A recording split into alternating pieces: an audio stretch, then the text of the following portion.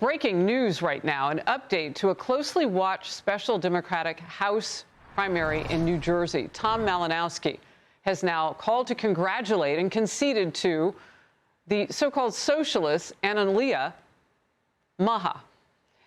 Malinowski says she called Maha this morning and congratulated her on the win, and Mejia has called for abolishing ICE, having taxpayers pick up the cost of everyone's student loans and blowing up everyone's medical coverage in favor of government-run health care.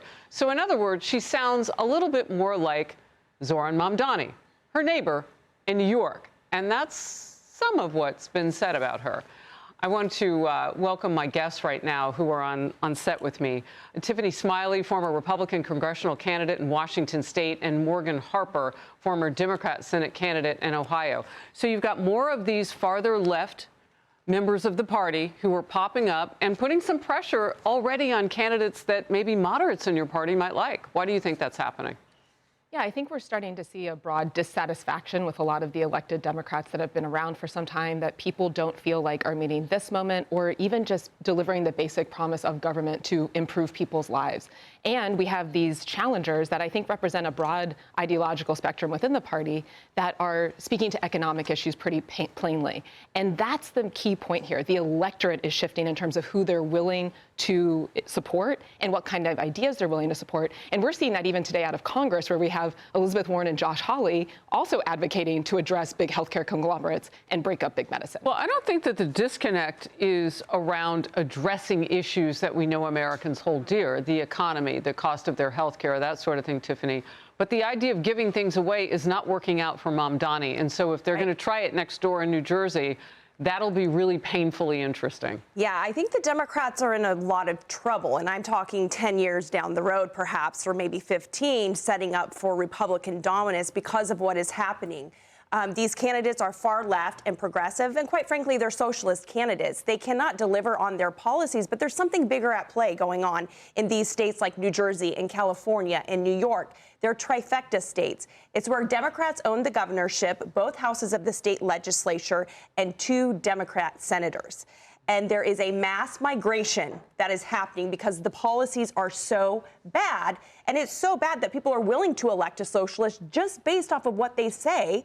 And then people with some common sense are migrating. This could cost the Democrats, after the 2030 census, 10+ congressional seats and really set up Republican dominance. So, go for it, Democrats. We have to ask the question today, is there any moderate Democrats? Well, Analia Mejia, and I want to say her name correctly, Morgan, what she's been saying, anti-ICE and all of that rhetoric, sounds more reminiscent of a Governor Walz than it does a moderate of anybody. And I don't know if that works. Do you think it does?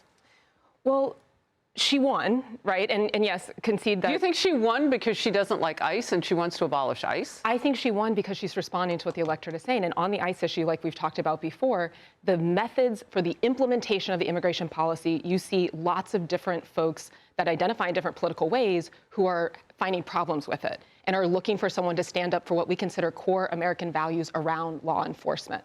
And so that is part of why I think that she was able to win, and including with that messaging. But again, getting back to something... But it's not happening in our state. There's no pushback on ICE operations coming into New Jersey right now. I know, I live there.